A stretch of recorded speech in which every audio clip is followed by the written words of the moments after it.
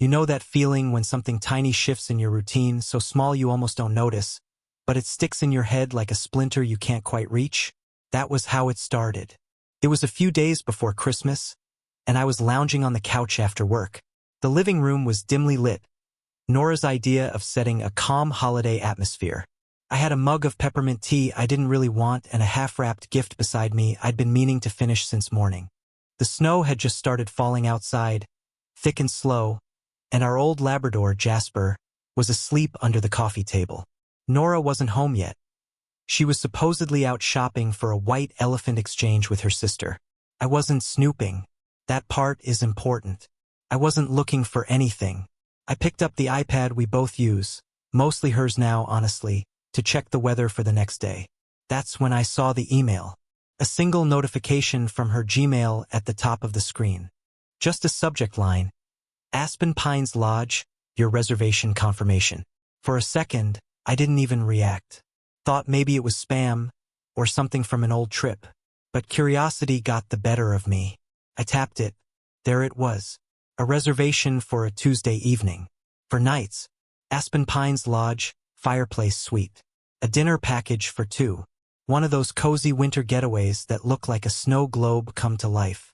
And I swear to you, the second I saw it, I felt this cold drop in my stomach like I'd swallowed a stone. The date matched exactly with the night Nora said she had dinner with her sister's family. I sat there with the iPad in my lap, rereading the email like maybe the text would rearrange itself into something that made more sense. I even checked the email headers, who it was sent to, the confirmation code. It was hers, no doubt. I went over that Tuesday in my head. She left around 5:30, said she was meeting her sister Sarah and her husband at a restaurant they liked. Something casual. I remembered because I offered to drive her.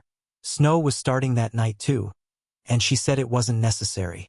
Sarah was already picking her up, apparently. She'd seemed a little flustered but passed it off as being late. I remember watching her rush to the door, coat halfway on, hair not quite done. That part stuck with me. Nora is usually meticulous about how she presents herself, but that night felt rushed, scrambled. I didn't think much of it at the time. Why would I?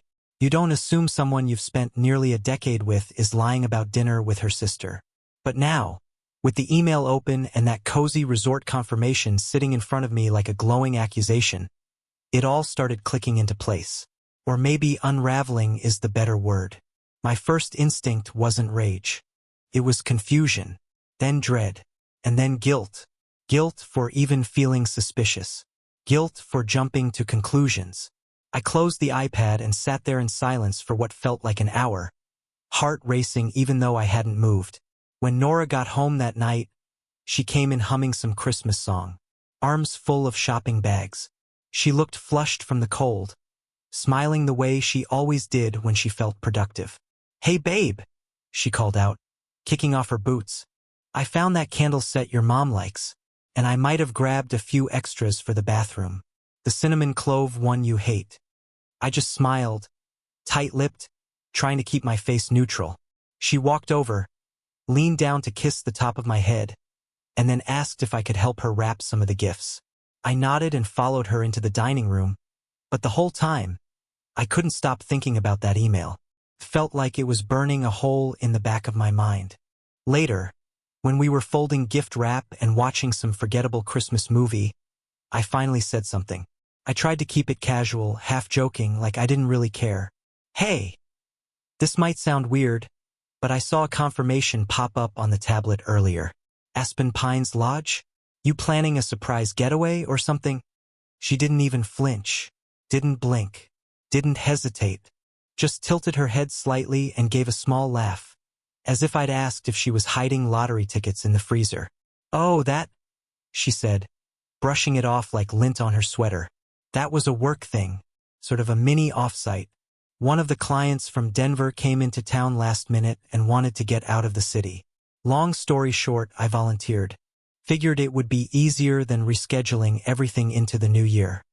She picked up the tape dispenser and continued wrapping, completely unfazed.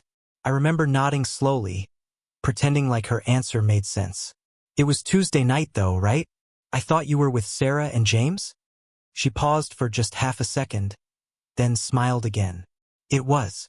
I was supposed to go to dinner with them, but plans changed. I was already on the road by the time I confirmed with Sarah, and she understood. I didn't want to bug you with the switch. It was last minute and I figured. She stopped, met my eyes and softened her voice. I figured you'd probably overthink it. And look, I was right. That last part. That little twist of the knife. I was right. She made it sound like she was protecting me from myself. Like I was the one making a big deal out of nothing. I laughed along with her, but my hands were trembling slightly as I folded the wrapping paper. In the span of a few sentences, she'd taken the suspicion and handed it right back to me, wrapped in guilt. That's what she was always good at, graceful deflection. She never got angry, never raised her voice. Nora didn't shout. She disappointed you. She talked like a therapist with a secret. Quiet, measured, and confident she was right. I wanted to ask more. I wanted to say something like, "Why didn't you tell me? Why is the reservation for two?" But I didn't. I just swallowed it. Maybe I was afraid of the answer. We finished wrapping in silence, the movie playing softly in the background. She poured us both a glass of wine and talked about hosting Christmas Eve dinner, about what table runner would match the plates best. I nodded, smiled, even offered a few opinions, but I wasn't really there. I was watching her. The woman I'd loved for almost 12 years, float through the room like nothing had happened. Like she hadn't just lied to my face with the ease of someone picking out wrapping paper. That night I couldn't sleep. I lay next to her in bed, staring at the ceiling, listening to her breathing slow into sleep. My mind played out every angle, every possible explanation. Maybe she was telling the truth. Maybe she really did go on a last-minute work trip. Maybe her client needed to talk in the quiet of a snowy lodge. Maybe that second person on the reservation was just a colleague. But maybe not. And that maybe not burrowed deep. They say once doubt creeps in, it doesn't leave quietly. It settles in like dust in a forgotten corner, growing thicker with time. That night after the Aspen email, something changed, not just in how I saw Nora, but in how I began to see the months before it. I didn't confront her again. I didn't bring up the reservation, or the oddly specific sweet package, or the casual way she'd overwritten the memory of what she told me only a week earlier. I didn't want to start a fight that I wasn't ready to finish. Instead, I started watching, quietly, closely, and maybe, in a way, I started grieving. Not for our marriage just yet, but for the version of it I'd believed in. Started with her phone. Nora used to leave it lying around, unlocked, face up, buzzing with the usual flood of Pinterest alerts, texts from her sister, Spotify notifications. But somewhere along the way, maybe October, she started keeping it close. I'd find it face down on the counter when I walked in the room, or slipped into her purse in the middle of a casual conversation. It wasn't obvious. It never buzzed suspiciously. That was the thing, she was careful. Too careful.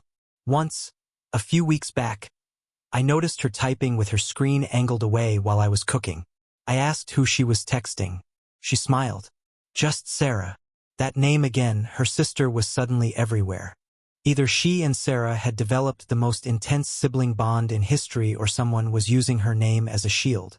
Then there were the business trips. Nora had always traveled for work. She was in marketing and consulting, so the occasional out-of-town pitch wasn't unusual. But lately, the trips had become more frequent and more vague. She stopped telling me where she was going unless I asked directly. When she did answer, the details felt airy. Client retreat. Off-site brainstorm. Quick turnaround. In and out. No cities. No names. I remember one Thursday, she said she was flying to Portland. Left in a rush, hair still damp from the shower, suit bag slung over her shoulder. I asked which airline. She paused and said she thought it was Delta. An hour later, I checked the flight tracker. Delta didn't have a single nonstop to Portland that day. Not from our airport. The worst part? I didn't even confront her. I just logged that information in some mental file I was quietly building. A growing document of inconsistencies, half-truths, and perfectly timed smiles. In our early years, she'd call me from the hotel room. We'd talk for 20-30 minutes about her day, what she ordered for dinner, which colleague talked too much in the meetings. Now, I barely got a text. When I did, it was a photo of a generic hotel room with a caption like, "Another day, another beige wall," or a blurry *T of airplane wings from the tarmac. Her photos used to be for me. Now they felt like placeholders, empty gestures sent out of obligation, like she was keeping up the illusion in case I was tracking timestamps. And then there was her behavior at home. It wasn't cold, not exactly. She still kissed me goodnight, still asked about my work, still made sure Jasper had his evening walk when I got caught up in a late meeting. But there was something distant beneath the surface, like she was performing the role of Nora the wife, while her real self was somewhere else entirely.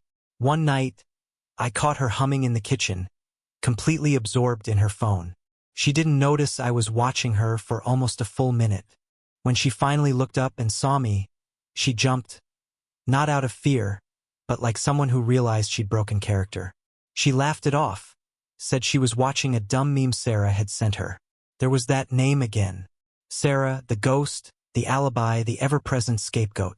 She started dressing differently too. Not dramatically, just sharper, a little more intentional. She used to throw her hair up into a bun and head out for errands in sweatpants. Now she wore boots, styled her hair, and put on makeup, just in case she ran into someone from work. I didn't say anything, but I noticed. I noticed everything. The holidays were approaching, and in years past, we'd planned together. Even if we weren't hosting, we'd go over the menu, pick out wine for her dad, argue about whether to put colored lights on the porch. She hated them. I grew up with them. This year, she handled it all herself. I came home one day to find the lights already up, the gifts already wrapped, and a calendar invitation on my phone. Yes, a calendar invite for the family gathering at her parents' place. It wasn't just the tasks. It was the tone. I'd become a participant, not a partner. One night, about a week after the Aspen email, I came home from work and found her curled up on the couch with a blanket and glass of wine. She was watching some baking competition, eyes glued to the screen like it was a thriller. "Hey," I said, dropping my keys in the bowl by the door. "You beat me home." She smiled. "Slow day. Figured I'd get a head start on relaxing." I nodded and sat on the opposite end of the couch. We watched in silence for a few minutes. Then I asked, "So, what's the plan for this weekend? Still doing brunch with your parents?" She didn't look away from the screen. "Oh, right. No, we moved it. They're having some roof work done and didn't want people over. I think Sarah invited me to a gallery opening downtown instead." Again, Sarah. I nodded, but something inside me twisted. Nora hated art galleries, claimed they made her feel like she was in school again, trying to guess what the artist meant. But now she was going to one, with her sister. I wanted to ask more. I wanted to say I knew she was lying, but all I said was, "Cool. Let me know if you want company." She smiled, soft and polite. "Actually, it's kind of a sister thing, but I'll send you pics if there's anything cool." Another placeholder. That night, I checked our tablet again. No new notifications. I went into her email. Password changed. That was new. She had never changed it before. We shared everything: logins, subscriptions, calendar sync. I could once autofill her password without thinking.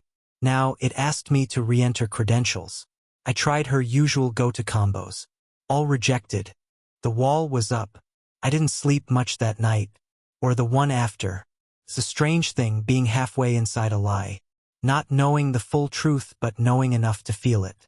I started questioning myself more than her. Was I too controlling? Had I stopped making her feel appreciated? Had I focused too much on work, on paying off the mortgage, on that promotion I didn't even want anymore? I used to think infidelity was about passion, about falling for someone new. But maybe it's also about erosion. About tiny moments chipping away at trust until all that's left is distance and habit. We'd become a machine. And maybe she wanted to feel like a person again. But still, if something was broken, she could have told me. I would have fought for her, for us. Instead, she started rehearsing smiles and drawing maps of excuses. She wrapped herself in a shell of politeness, gave me just enough attention to keep me from asking real questions. But the thing is, once you start to see it, you can't unsee it. The lies are stitched into everything. I didn't plan to catch her. That's the part people always get wrong when they imagine moments like this. They think there's some grand setup, some calculated decision to follow or spy or confront. But the truth is, it happened because everything had already felt wrong for so long that coincidence finally stopped pretending to be innocent. It was a Thursday night. Nora told me she'd be working late. Something about a client deadline and a last-minute review before the holidays. She said it casually, the way she said everything now, like she was reading from a script she'd already rehearsed in her head. I nodded, told her not to wait up, and watched her leave with her laptop bag and coat. An hour later, I realized she'd forgotten her scarf. It was stupid. A gray wool scarf I'd bought her years ago. I picked it up from the back of the chair and stood there in the hallway longer than I should have, debating whether to text her. Instead, I grabbed my keys. She hated driving back once she'd left, and I figured I'd just drop it off wherever she was working. She'd mentioned a lakeside rental a client was using as a temporary workspace, about 40 minutes away. I remember thinking how inconvenient that sounded, how odd it was to hold a work meeting there at night. But at that point, odd had become normal. The drive was quiet. Snow lined the roads in uneven piles, and the lake was almost completely frozen, reflecting the moon like dull glass. When I pulled onto the gravel road leading to the house, I slowed instinctively. There were lights on inside. Warm, yellow, deliberate. Not the harsh overhead lighting of people working late. The kind of lighting meant to make you stay. I parked further back than I needed to. I don't know why. Maybe my body already knew something my mind was still avoiding. That's when I saw her car, parked close to the house. Nora's car. Clean, unmistakable. And next to it, another one I recognized instantly, even though I hadn't seen it in years. A dark blue SUV. Same dent near the rear bumper. Same roof rack. Evan. Her ex. The name hit me before the image fully formed, like a reflex. Evan wasn't just some guy from her past. He was the guy. The one she dated before me. The one she said taught her what she didn't want anymore. The one whose name had come up less and less over the years, until it stopped coming up at all. I didn't move. I didn't breathe. I just sat there, staring at the two cars side by side, like they were arranged on purpose. I told myself there had to be an explanation, that maybe he worked for the same client, that maybe this was some cosmic joke designed to test how much denial a person could withstand. Then the front door opened. They stepped out together. Nora was laughing. Not the polite, controlled laugh she gave me lately, but the open one, the one I remembered from when we first started dating. Evan leaned in as he said something, and she touched his arm without thinking, without hesitation, like muscle memory. They didn't kiss. They didn't need to. Everything about them already said what it was. I watched them stand there for a moment, framed by the doorway, comfortable and familiar. No rush. No secrecy. This wasn't a stolen moment or a bad decision made in the heat of the night. This was routine. This was practiced. They went back inside. I sat there longer than I can accurately describe. Long enough for the shock to wear off and something colder to take its place. Long enough to realize I wasn't angry. I wasn't even heartbroken yet. I was certain. That's the part no one prepares you for. The clarity. The way all the loose pieces suddenly lock together so cleanly it almost feels merciful. The trips. The vague answers. The changed passwords. The careful politeness. It wasn't chaos anymore. It was structure. She hadn't drifted into an affair. She'd built one. I didn't go to the door. I didn't call her phone. I didn't confront anyone. I drove away as quietly as I'd arrived, the scarf still folded on the passenger seat like a forgotten offering. The drive home felt unreal, like the world had dropped its volume. Every red light, every turn, every familiar street felt distant, like I was moving through someone else's life. When I got home, the house was dark and silent. I sat at the kitchen table and stared at the wall until the clock told me it was past midnight. I thought about all the chances I'd given her to tell me the truth. All the times I'd swallowed questions because I loved her more than I loved certainty. By the time Nora came home hours later, I was already in bed, eyes open, staring into the dark. She slid in beside me carefully, like she always did now, and whispered my name to see if I was asleep. I didn't answer, and in that silence our marriage finally ended. Once you know the truth, everything else becomes noise. I didn't confront Nora after that night by the lake. I didn't demand explanations or ask questions I already knew the answers to. There was nothing left to clarify. The moment I saw her with Evan, something inside me shut down. Not out of anger, but out of recognition. This was no longer my life. I was just still standing in the middle of it. The days leading up to Christmas passed in a strange, muted haze.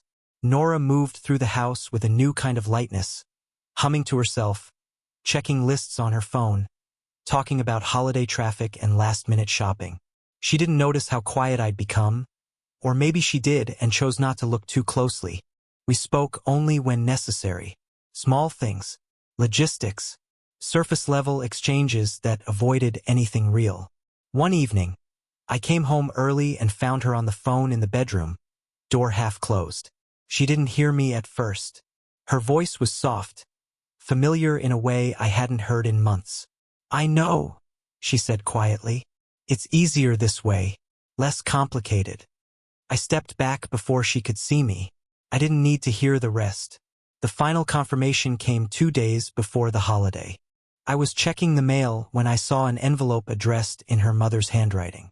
Inside was a printed itinerary, clearly meant for Nora, accidentally sent to our house. It outlined Christmas Eve dinner, gift exchange timing, and guest accommodations. Evan's name was listed, not as a +1, not as an afterthought, as family. There was no mention of me, no space for me. No, Mark will arrive later, or Mark is staying home with the dog. My absence wasn't an oversight. It was assumed, planned, agreed upon. They had decided my removal quietly, the same way Nora had done everything else, without conflict, without honesty, without giving me the dignity of a conversation. I stood in the hallway for a long time holding that envelope. I thought about how many holidays I'd spent with her family, how many gifts I'd wrapped, how many dishes I'd washed, how many times I'd smiled through conversations I didn't enjoy because it mattered to her. And now I wasn't even a problem to solve. I was already gone. That night, Nora talked excitedly about the drive, about weather conditions, about how her mother was insisting on cooking too much food again. She asked if I'd be okay on my own for a couple of days. Said she'd left cash on the counter in case I wanted to order takeout. I nodded, smiled, told her not to worry. She kissed my cheek before bed, already half elsewhere. I didn't sleep. Instead, I packed. I didn't take much. Clothes, documents, a few books, things that were undeniably mine. I avoided shared memories, photos, gifts, anything that would require emotion to sort through. I left the ring on the nightstand. I didn't make a statement out of it. I just didn't want to carry it with me anymore. At some point before dawn, I fed Jasper, clipped on his leash, and stood in the kitchen one last time. The house looked exactly the same. Nothing dramatic. No broken objects. No shouting. Just a quiet space that no longer belonged to me. I didn't leave a note. There was nothing to explain. She knew what she'd done. And if she didn't, a letter wouldn't fix that. I drove away as the sky started to lighten. The roads empty. The world still asleep. By the time Nora woke up to an empty house, I was already hours away, crossing a line I knew I wouldn't come back over. I didn't feel triumphant. I didn't feel devastated. I felt finished. The morning I left, I imagined Nora waking up and reaching for her phone before even realizing I was gone. Maybe she stretched, rolled over expecting me to still be there, still playing my role. I wondered how long it took for the silence to register. Not just the silence of the room, but the deeper one, the kind that wraps around a person when the consequences finally arrive. I never got to see her face in that moment. That was intentional, but I've imagined it 100 times. When I left, I didn't block her number. I didn't post anything online. I didn't tell her family, her friends, or even mine. I let the silence speak for itself, because I knew it would be louder than anything I could have said. And, like I expected, she didn't try to contact me right away. Not that day. Not the day after. It wasn't until nearly a week later, after the holiday passed, that her first text arrived. Nora, Mark. I came home and I don't know what to say. Please call me. I didn't. Not because I wanted to hurt her, but because I finally understood what it meant to protect myself. Over the next few days, the messages kept coming. Sporadic at first. Short. Confused. She didn't apologize. Not yet. She just asked where I was. If I was okay. If I'd at least tell her what was going on. As if she hadn't been the one rewriting our life behind my back. Then the silence must have started getting to her. Because her tone changed. The messages became longer. Less polished. Less sure. Nora. I'm sorry if I did something to push you away. Please don't shut me out. This doesn't feel real. Nora. Can we talk? Just talk. I'm not asking for anything else. I still said nothing. Meanwhile, I heard from other people, indirectly. A mutual friend texted me. Said Nora had asked if he'd heard from me. Said she looked wrecked when he told her he hadn't. Her sister, the one I'd apparently been replaced by so many times in Nora's stories, emailed me a vague thinking of you note. No mention of Nora. No questions. Just a sentence or two that read more like guilt than comfort. Her silence, the one she'd so carefully constructed around her affair, was starting to backfire. The family dinner, the one I was uninvited from, didn't go as planned. I found that out weeks later through another old friend of ours who ran into her mother at a local cafe. Apparently, Nora's family hadn't been as in the dark as I assumed. Some of them had known about Evan. At least they'd guessed. But no one thought it would unravel this way. No one expected me to leave without a word. No one expected me to disappear entirely. From what I heard, the dinner was tense. Her father barely spoke. Her cousin asked where I was, not realizing I hadn't been invited. Evan was there, seated like he belonged, and apparently, ironically, he was the first one to leave. He made an excuse about work and left early, leaving Nora to smile through the awkwardness and clean up the mess alone. I don't know what story she told them afterward. I imagine she painted it as a misunderstanding, maybe even a sudden fight. But silence, again, has a way of exposing what words try to hide. The new year came and went. I was staying in a rental cottage 3 hours away. It wasn't glamorous, but it was mine. Small, quiet, honest. I didn't party. I didn't drink. I just sat on the porch and watched snow fall over trees I didn't recognize, feeling both empty and, somehow, more solid than I had in months. Back in the city, Nora's perfect life began to crack. Her job, once the thing she used as a shield, became shaky. I don't know the details, but one of her colleagues, someone who used to comment on her social media constantly, posted something cryptic. Wild how quickly trust disappears when you play both sides. It didn't name her, but it didn't need to. People started pulling away. The curated image Nora had maintained for so long, successful, put together, the woman who could do it all, began to fray. She'd relied on structure and precision to keep control. But now, without me there as her emotional safety net, the ground was shifting. The biggest blow came a few weeks after I left, when I heard through a friend that Evan was gone.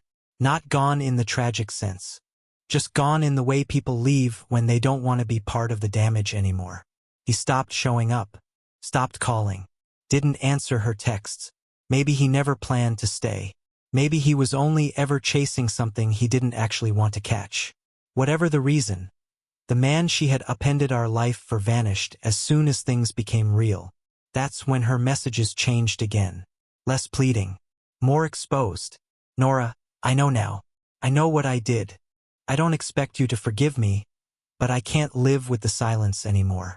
Nora, you were always the steady one, and I mistook that for something less than what it was. You were home, and I threw it away. Nora, please, just tell me you're okay. Even if that's all you'll ever say. I read every one of them, and I said nothing, because there's a kind of forgiveness that comes quietly, without contact, without closure.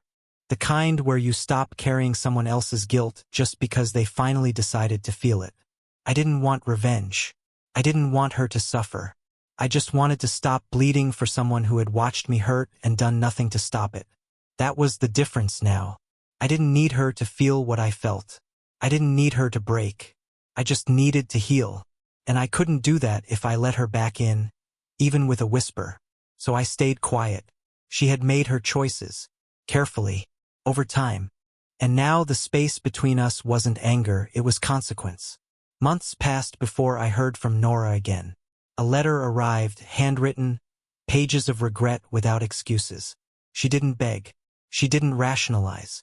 She admitted she broke something real, said she finally understood the weight of what she'd lost. She spoke about the silence, the emptiness, the cost of her choices. I read it once, then folded it back into the envelope. I didn't respond. Some things don't need to be revisited to be resolved. Her closure wasn't my responsibility. Years later, in another city, another life, I saw her again at a corporate event. She looked older, tired, like she'd spent too long trying to rebuild something that never quite held. Our eyes met for a second, hers searching, mine steady. I gave her nothing, just a nod and kept walking. There was no bitterness, just the quiet certainty that our story had ended, and I had finally moved on.